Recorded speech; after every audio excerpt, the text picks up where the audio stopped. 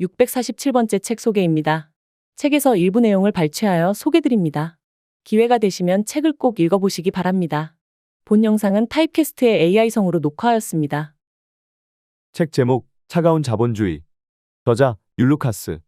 출판일 2023년 7월 21일. 상상 빌더 한 줄 요약. 자본주의를 알자. 책 소개. 차갑지만 아름다운 자본주의 시장 경제.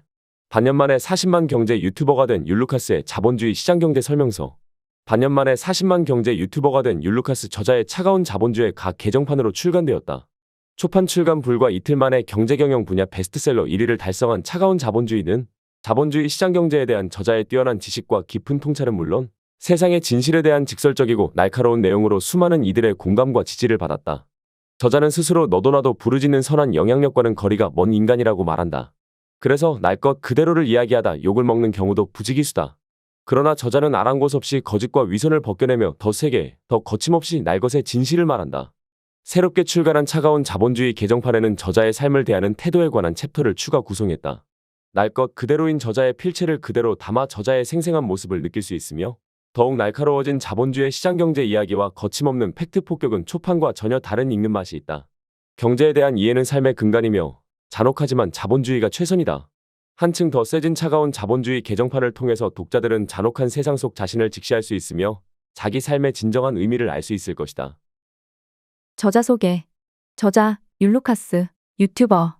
서울종합예술실용학교 SAC 무용가를 자퇴한 40만 경제 유튜버다. 책에서 얻은 내용. 당신을 위해 글을 쓰지 않는다. 한국인의 돈을 대하는 태도는 형용하기 힘들 정도로 역겹다. 돈과 행복은 상관없다는 개소리를 해대면서도 눈이 시뻘개져 돈을 갈구한다.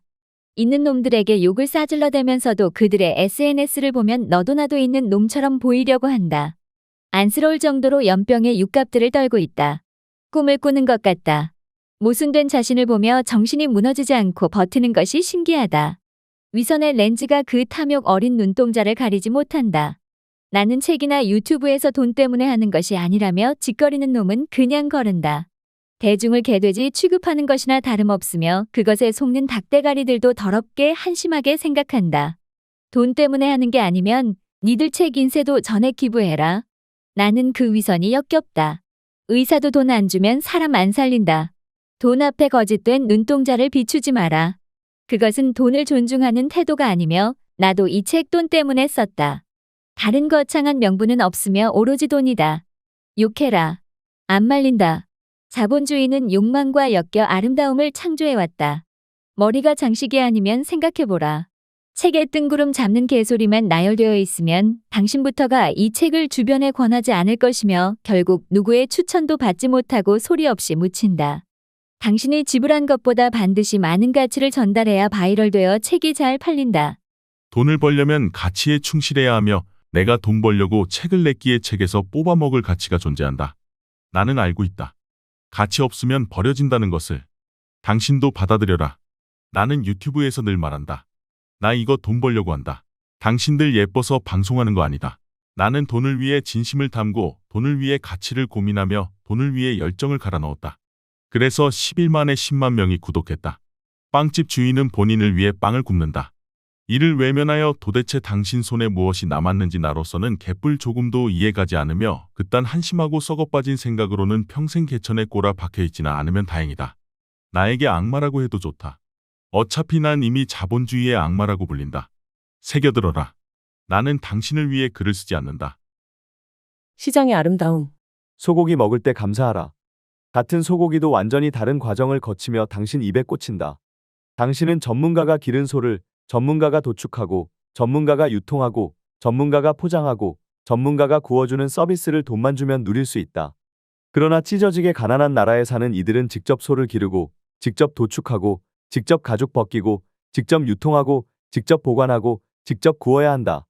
당신 혼자서 다 할 줄 알아야 한다는 말이다. 하지만 당신은 끝내주게 잘 사는 나라에 태어난 덕에 소 기르고 잡는 방법 같은 것들 따위 알게 뭔가. 생각해보라. 당신이 직접 송아지를 길러 먹으려면 최소 2년은 걸린다. 최저 시급으로 계산하여도 당신의 시간이 투여되는 것을 생각하면 소고기 먹기 위해 천문학적인 기회비용을 갈아 넣게 된다. 현존하는 가장 비싼 소고기보다 더 비쌀 것이다. 그러나 당신들은 쿠팡에서 몇만 원이면 클릭 한 번으로 손질된 소고기가 몇 시간 만에 문 앞으로 새벽 배송된다. 이게 바로 시장경제의 마법이다. 시장경제 시스템에서는 개인이 이것저것 잘할 필요 없다. 당신 분야 하나만 잘하면 된다. 그러면 나머지 분야에서 바보 등신이어도 잘 살 수 있다. 이것이 마법이 아니고 무엇인지 내게 말 좀 해주라. 사실 나만 봐도 대개 분야에서 허당이다. 요리를 일절할 줄 모르고 카메라나 마이크, 조명 등 유튜브 방송을 위한 장비를 세팅하는 법도 모른다. 앞으로도 알 필요 없다. 업계 최고 전문가 쓰면 그만이다. 참고로 매우 만족스럽다. 각 경제 주체가 자신의 분야에서 딱 하나만 잘하려 노력하기에 각자가 제공하는 서비스의 질과 양은 압도적으로 높아진다. 당연한 것 아닌가. 사람이 하나에만 집중하면 그 일 하나만큼은 이것저것 다 건드리는 이들보다 훨씬 잘하는 법이다. 애플은 전자기기, 현대건설은 아파트, 대한항공은 항공 서비스에 주력한다. 이렇게 탄생한 최고의 재화와 서비스를 돈만 주면 전부 누릴 수 있게 내놓은 곳이 시장이다. 이리 아름다운 시장 경제가 돌아가지 않는 나라가 어디인가? 윗동네다. 그쪽 동네는 죽어라고 자력으로 해결하자 외친다. 당신이 시리얼 회사 사장이라 하자. 우리나라 옥수수는 킬로당 2만 원, 미국 옥수수는 킬로당 2천 원이다. 당연히 미국 옥수수로 제조해야 소비자도 효용을 누리고 당신 회사 경쟁력도 생긴다. 자력으로 하면 망한다. 대한민국의 무역 의존도는 40%가 넘는데 이는 다른 나라의 2배 수준이다. 이 나라는 대기업의 수출이라는 시장경제 시스템으로 기적같은 성장을 이룬 나라다. 이런 나라에서 무역에 의존하지 말고 자력으로 해결하자는 말을 쪽팔린 줄도 모르고 대기업 총수 30명 앞에서 짓거린 인간에 대해 형용할 수 없는 한심함을 느낀다. 자력이 그렇게 좋으면 자력으로 살아라. 안 말린다. 장담컨대 무인도에 당신 던져 놓으면 하루 만에 반병신 된다. 북한은 굶어 죽은 이들이 지금까지 300만이다. 감이 안 올 텐데 대전광역시와 광주광역시 전체 인구를 합쳐도 290만이다. 광역시 2개 전체 인구가 싹 다 굶어 죽은 것이다. 시장경제 없이 자력으로 해결하는 나라는 이렇게 끔찍하다. 자력으로 해결하자는 말은 북한의 트레이드 마크다. 자유시장 경제는 당신의 선조들이 그 북한의 침략으로부터 피를 철철 흘려가며 지켜낸 것이다. 그들이 흘린 피 위에 당신이 풍요 속에 살고 있다. 그렇기에 국가공휴일까지 지정하며 조기 개항하고 묵념하는 것이다. 절대 유난 떠는 것이 아니다. 좀 감사하며 살아라. 시장은 감정이 없다. 압구정 현대아파트 실거래가가 60억 찍혔으면 뭔가 잘못된 것인가? 시장이 정한 시장 가격이며 시장 참여자들이 그 가격에 동의하여 형성된 것이기에 조금도 문제없다. 20년 전만 해도 압구정 현대가 30억을 넘길 것이라 떠들고 다녔다면 정신병자 취급했을 것이다. 가슴에 손을 얹고 생각을 해보라. 당신이 20년 전으로 돌아가 강남에 지나다니는 아무 노인이나 붙잡고 저 아파트가 나중에 30억 될 거라 해보라. 젊은 친구가 벌써 정신이 나갔다는 소리나 들을 것이다. 압구정 아파트는 30억이 아니라 60억을 넘겼다. 시장은 개인의 감정을 전혀 신경 쓰지 않는다. 오로지 수요자와 공급자의 합의에 의한 거래를 통해 가격을 결정할 뿐이다. 당신이 압구정 아파트가 너무 비싸다고 목이 터져라 백날 부르짖어봤자 시장은 당신의 절규를 조금도 신경 쓰지 않으며 무엇도 바뀌지 않는다. 시장은 인간이 아니기 때문이다. 시장은 시장일 뿐이다. 당신이 뭔가 갖고 싶다면 그 재화의 가격을 부정하지 마라. 그럴수록 그 재화는 멀어지게 된다. 지금 내 기준에는 비싸지만 더 비싸질 수도 있음을 받아들여라. 반대로 지금 내 기준에는 싸지만 앞으로 더 싸질 수도 있음을 받아들여라. 이런 판단이 있어야 투자자로서 성장이 있고 그 안에서 기쁨도 있는 것이다. 백날 강남 아파트 가격이 왜 저 따위냐고, 세상이 잘못된 것이 틀림없다고, 탐욕스러운 자본주의의 돼지 새끼들 때문이라고 외쳐봐라. 더러운 부자들과 기득권 개자식들 때문이라는 소리나 주구장창 쳐해봐라. 인생이 바뀌나? 평생 밑바닥에서 그 모양 그 꼴로 살 것이 뻔하다. 그럴 바에 그냥 일찍 죽어버리는 게 어떤가? 시장에 감정 따위 없다. 창조적 파괴. 인력 꺾는 이들의 생존권을 파괴한다고 자동차가 탄생하면 안 되는가?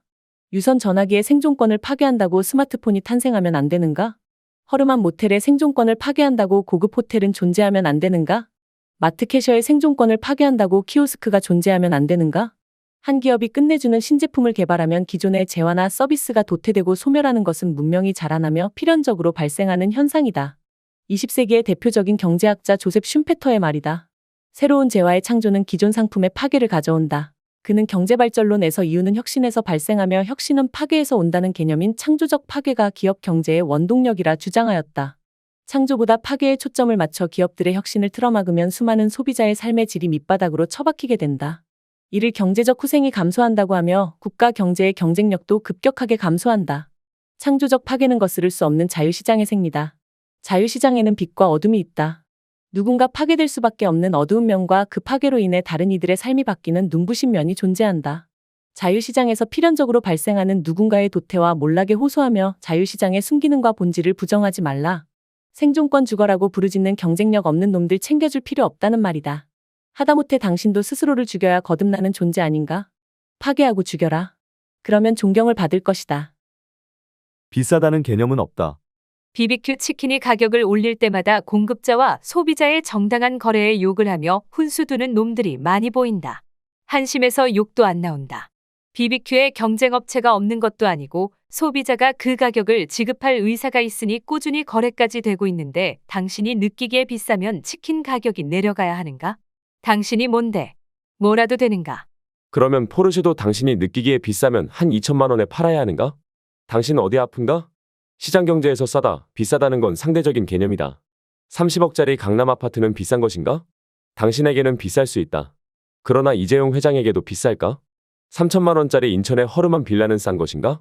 당신에게는 쌀 수 있다. 그러나 노숙자에게도 쌀까?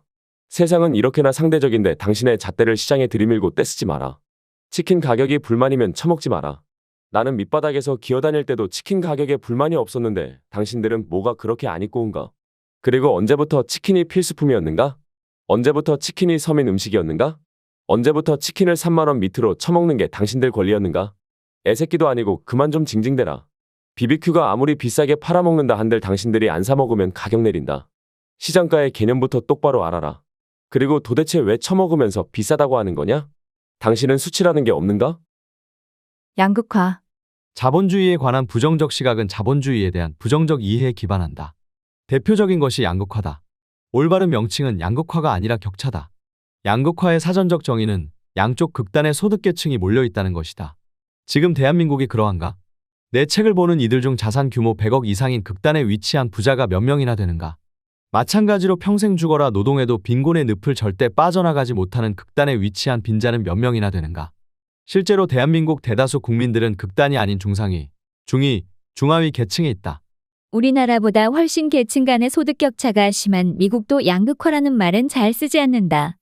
2000년대 초차며 정권 시절 청와대에서 양극화라는 말을 공식적으로 처음 사용하기 시작했는데 이 말은 국민을 분열시키고 국민을 대립시키고 국민을 서로 미화하게 하고 국민의 질투를 부추기는 표현이다.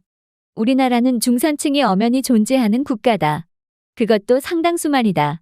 심지어 대한민국은 전 세계 상위 5% 경제 대국이기에 하위 계층의 삶의 질도 세계 인구 70억 기준으로 명백하게 상위권이다. 양극화라는 단어를 사용함으로써 대한민국을 지옥처럼 생각하게 만드는 것은 비겁한 짓이다. 그저 분노를 이용해 표를 팔아먹으려는 놈들로밖에 보이지 않는다. 올바른 용어는 격차다. 양극화는 격차라는 단어의 부정적인 느낌을 증폭시키기 위해 특정 세력이 의도적으로 사용하는 단어일 뿐이다. 달에 300만 원 버는 이도 과소비만 하지 않으면 재산이 꽤 쌓인다. 그 과정의 행복은 저절로 따라온다. 자본주의 사회의 정점만 바라보게 하며 분노를 부추기는 이들을 멀리하라. 나는 자식을 낳으면 내가 가진 것들을 먼저 바라보며 감사할 줄 아는 사람이 되라고 가르칠 것이다. 소중하기 때문이다. 내 아이가 진심으로 행복하길 바라기 때문이다. 기회평등. 결과의 평등보다는 기회의 평등이라는 말이 있다. 동의할 수 없다. 당신들은 모든 여성에게 기회를 평등하게 주는가? 몸무게 150kg의 외모는 처참하고 몸에서 냄새까지 나는 여자가 있다. 그 여자에게는 조금의 기회도 주지 않을 것이다. 무섭도록 그녀를 차갑게 대할 것이라 확신한다. 당신부터가 멜론 차트 100위권 노래만 재생하고 아이폰 같은 거대 기업 스마트폰만 들고 다니고 서점에 가도 베스트셀러 코너만 기웃거리고 브랜드 의류만 몸에 두르고 능력 있는 사람만 좋아하며 예쁘고 잘생긴 사람만 좋아하고 롯데캐슬, 더샵, 힐스테이트, 자이 같은 일군 건설사만 좋아하면서 기회의 평등을 외친다고? 꼴값의 주접들을 떨어라. 당신부터가 기회를 평등하게 줘라. 행동은 전혀 다르면서도 기회의 평등을 부르짖는 것은 위선이며 스스로를 기만하는 짓이다. 기회는 당신이 만드는 것이다. 기회를 생산하는 주체가 바로 당신이다. 나에게는 한 번만 보자는 수많은 연락이 온다. 나는 웬만하면 사람을 잘 보지 않는다. 그러나 흥미가 가도록 말을 하는 이들이 있다. 그들은 그렇게 나에게 원하는 걸 가져간다. 내가 기회를 준 것인가? 아니, 그들이 기회를 만든 것이다. 거지 새끼도 아니고 기회를 누구에게 달라고 하지 마라. 기회는 없어지지 않는다. 당신이 놓치면 다른 이가 잡는다. 미래의 나를 존중하라. 대부분의 인간들은 미래의 나를 존중하지 않는다. 현재의 나는 존중받고 싶어 하면서도 말이다. 현실적인 목표라는 명분으로 목표를 지나치게 낮게 잡는다. 미래 목표는 미래의 내가 기준이 되어야 한다. 미래의 나는 현실의 나를 기준으로 세운 목표를 원하지 않을 것이기 때문이다. 당신이 60세가 되었다고 생각하고 20세의 당신을 모니터로 바라본다고 하자. 그 어린 청년이 현실과 적당히 타협하면서 쥐꼬리만 한 목표를 잡고 있는 걸 보는 당신은 마음이 어떨 것 같은가? 가슴이 미어지고 찢어질 것이다. 지금 당신이 처한 현실을 기준으로 목표를 세우지 마라. 5년 후의 목표는 5년 후에 내가 기준이 되어야 한다. 5년 후에 나는 당신이 생각하는 것보다 훨씬 뛰어난 존재일 것이다. 나는 늘 나에 대한 존중을 잊지 않았다. 나에 대한 사랑을 잊지 않았다. 당신도 당신 스스로를 존중하라. 90년의 인간 수명. 당신이 고등학교를 졸업하고 집에서 독립하는 순간 인생을 살며 부모의 얼굴을 볼 수 있는 시간의 93%를 쓴 것이다. 고작 고등학교 졸업만 했을 뿐인데 말이다. 이게 맞나 싶어서 계산을 해봤다. 내가 고향에 내려가 부모님을 만나는 빈도를 생각해보니 정확히 들어맞았다. 당신이나 나나 유기체일 뿐이며 정해진 시간을 잠깐 체류하다 결국 세상을 떠나게 된다. 여기서 당신은 두 가지 교훈을 얻을 수 있다. 첫째, 우선순위가 중요하다. 어떤 이들과 얼굴을 마주할 수 있는 시간은 그들이 당신 삶의 우선순위에서 얼마나 위에 있느냐에 좌우된다. 얼굴을 보는 것이 가치 있다고 느끼는 사람만 보라. 그것은 계산적인 것이 아니며 당신의 삶을 존중하는 태도다. 둘째, 순간을 소중히 하라. 당신이 누군가와 시간을 보내고 있다면 당신의 인생이 매우 짧음을 기억하며 그들과 함께 있을 때만큼은 그 사실을 가슴에 새기고 소중하게 여기라. 상대가 나를 존중하는 한마주하고 있는 상대에게 최선을 다하라. 그리고 사랑한다는 말은 평소에 좀 해라. 삶은 당신이 내 책을 읽고 있는 와중에도 소진되며 작년보다 노화된 육신은 우리에게 조소를 던지는 듯하다. 삶을 음미하라. 죽음이 있기에 순간이 더 애틋하고 소중한 것이다. 죽음은 삶을 완전하게 한다. 지금까지 상상빌더였습니다. 감사합니다.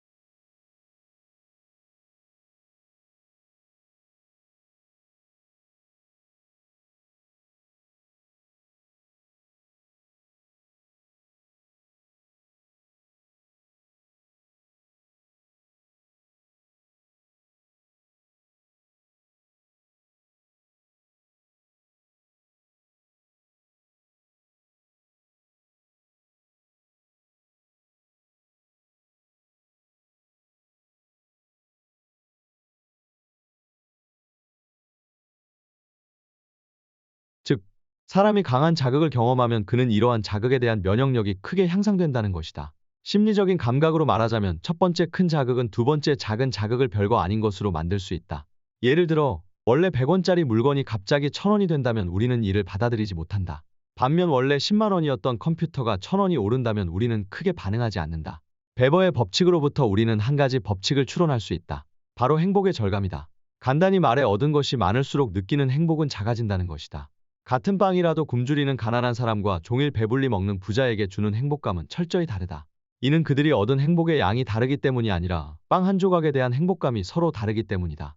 행복은 실체가 있는 것이 아니라 일종의 느낌이다. 얼마나 많은 행복을 얻을 수 있는가는 오직 행복에 대한 우리의 민감도에 달려있다.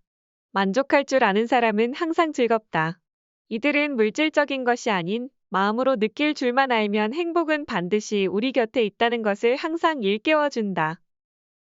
잡동사니를 버리면 행복해지는 이유. 디드로 효과.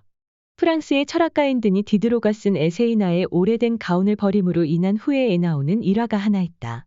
어느 날 친구가 그에게 정교하고 고급스러운 가운 하나를 선물했다. 디드로는 이 선물을 받고 매우 기뻤다. 그런데 그가 이 화려한 가운을 입었을 때 갑자기 집 안에 있는 가구들이 몹시 낡아 보였다. 색도 유행이 지났을 뿐만 아니라 스타일도 지금 입고 있는 가운과 어울리지 않았다. 가운과 조화를 맞추기 위해 그는 새 가구를 구입했고 결국 주위의 모든 환경을 가운의 품격에 맞췄다. 그런데 이렇게 바꾸고 나니 오히려 마음이 불편했다. 일시적 충동이 지나간 후 그는 내가 가운에게 지배당했구나 라는 사실을 깨달았기 때문이다. 20세기 초 미국 하버드 대학교 경제학자인 줄리엣 쇼어는 그의 저서 과소비하는 미국인들에서 디드로의 일화를 언급하면서 새로운 개념을 제시했다. 바로 디드로 효과이다. 이는 새로운 물건을 가진 후 그에 어울리는 물건을 끊임없이 배치하여 심리적 통일성을 추구하는 현상을 가리킨다. 디드로 효과는 인간이 벗어나기 힘든 10대 심리 중 하나이기도 하다. 이 효과가 말하는 것은 우리가 흔히 볼 수 있는 더 많이 얻을수록 만족하지 않는 심리 현상을 말한다. 즉, 어떤 것을 얻지 못할 때는 잠시도 기다리지 못하고 일단 얻으면 그 욕심은 끝이 없어진다. 사람들은 종종 디드로 효과의 함정에 빠진다. 근본적인 원인은 자신이 갈망하는 많은 것들이 사실 쓸모없다는 것을 깨닫지 못하는 데 있다. 디드로는 우연히 가운을 얻은 후 더 잘 어울리는 각종 가구를 원하기 시작했다. 그러나 그는 사실 가운 자체는 뒷받침해 줄 가구가 필요 없다는 사실을 인지하지 못했다. 즉, 그 오래된 가구들은 그의 새 가운에 어울리지 않는 것이 아니라 이미 커지기 시작한 그의 욕망에 어울리지 않았던 것이다. 살아가면서 우리는 수많은 욕망을 갖는다. 만약 우리가 쓸데없는 때로는 우리를 성가시게 하는 이 물건들을 우리의 삶에서 깨끗이 없앨 수 있다면 내재된 행복을 느끼기에 충분한 시간을 얻을 수 있다. 우리의 삶은 간단하게 응집될 필요가 있다. 이렇게 높은 욕망은 결코 우리에게 즐거움을 주지 못하고 삶을 좌지우지할 뿐이다. 예를 들어 우리는 마음에 드는 직장을 얻은 후에는 좋은 사람과 결혼을 하고 싶고 그 다음에는 넓고 호화로운 집을 갖길 바라며 그 다음에는 아이가 최고의 교육을 받길 바란다. 이 모든 것이 실현된 후에도 대부분 사람은 여전히 만족하지 못한다. 더 높은 사회적 지위를 얻고 싶어하고 더 많은 돈을 벌기 원하며 더 비싼 물건을 사고 싶어하고 더 호화로운 소비를 하고 싶어 하기 때문이다.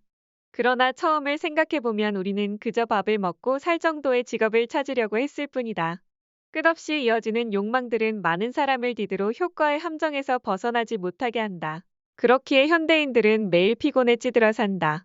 몸에 짊어지는 무거운 짐이 점점 많아지는 이유는 사람들이 우리의 생명에 필요 없는 것들을 포기할 줄 모르고 지나치게 많은 욕망과 속박을 마음속에 안고 있어서이다. 그렇다면 어떻게 디드로 효과의 함정에서 벗어날 수 있을까? 고대 그리스 철학가인 소크라테스의 이야기는 우리에게 다음과 같은 시사점을 준다. 어느 날 소크라테스는 학생들을 아테네에서 가장 북적이는 시장에 데리고 가 수업을 했다. 시장을 다 둘러본 후 소크라테스는 학생들에게 물었다. 너희들은 이 시장에서 무엇을 찾았니? 학생들은 중구난방으로 대답했다. 시장에는 물건도 정말 많고 맛있는 것도 많고 볼 것과 놀 것도 정말 많아요. 헤아릴 수 없이 많은 놀거리, 입을 거리와 먹을 거리 등 모든 것이 다 있어요. 선생님 수업만 아니라면 저희는 분명 물건을 잔뜩 사서 집에 돌아갔을 거예요. 소크라테스는 고개를 저으며 다시 말했다. 나는 너희들과 반대로 생각한단다. 이 시장에서 내가 발견한 건 이 세상에 우리가 실제로 필요한 물건은 그렇게 많지 않다는 거야. 이어서 소크라테스는 말했다. 우리가 사치스러운 삶에 바쁘고 지칠 때 행복한 삶은 이미 우리에게서 점점 멀어지고 있단다. 행복한 삶은 아주 간단해. 예를 들어 가장 좋은 방은 필요한 물건만 있고 쓸모없는 물건은 많지 않은 방이라는 거야. 우리의 생활에서 쓸모없는 무언가가 있다면 이 물건을 꼭 우리가 가져야 할 게 아니라면 포기하는 법을 배워야 한다. 포기를 알면 비로소 욕망의 무한한 팽창을 막을 수 있고 자신의 삶에 더 충실해지며 태연하고 홀가분하게 살 수 있다. 디드로 효과에서 벗어날 수 있는 유일한 방법은 자신의 과한 욕망을 억제하고 줄이는 것이다. 번잡하고 무의미한 욕망을 버린다면 자신의 삶을 더욱 충실하고 아름답게 만들 수 있다. 가장 멋지고 근사한 것 버리기. 악어 법칙. 악어 법칙은 원래 투자 심리학 이론 중 하나로 악어 효과라고도 불린다. 악어 법칙이 의미하는 것은 다음과 같다. 악어 한 마리가 우리의 다리를 물었다고 가정해보자. 만약 우리가 여기서 벗어나기 위해 손으로 악어를 밀면 악어는 우리의 발과 손을 동시에 문다. 우리가 발버둥 칠수록 악어에게 물리는 신체 범위는 점점 커질 것이다. 그러므로 만약 악어가 우리의 다리를 문다면 우리가 할 수 있는 유일한 방법은 다리 하나를 희생하는 것뿐이다. 잔혹한 악어 법칙은 더 잔혹한 대자연 속에서 그저 가장 평범하고 모든 생물이 알고 있는 대자연의 법칙일 뿐이다. 그러나 인간은 정글을 떠난 지 너무 오래되었고 이미 이런 법칙을 잊어버렸다. 따라서 어떤 것도 버리지 못하고 결국에는 고통 속에서 무거운 짐을 지고 나아간다. 인생에서 우리는 선택하고 포기할 줄 알아야 한다. 결정적 순간의 포기는 지혜로운 사람이 삶에 임하는 현명한 선택이며 시기적절하게 버릴 줄 아는 인생만이 다시 빛을 발할 수 있다. 악어 법칙은 한쪽 다리를 포기하고 생명의 기회를 얻는 것처럼 포기는 또 다른 것을 얻기 위함이라고 알려준다. 우리는 항상 포기할 때 고통에 관해서만 관심을 가진다. 그러나 중요한 순간에 우리가 포기해야 할 것을 포기하지 않는다면 더 큰 고통을 겪을 것이다. 인생은 느리고 긴 여행과 같다. 여행 중 우리는 많은 선택의 순간을 맞이할 것이다. 이때 우리는 항상 뭔가를 포기해야 하지만 동시에 많은 것을 얻게 될 것이다. 지금까지 상상빌더였습니다. 감사합니다.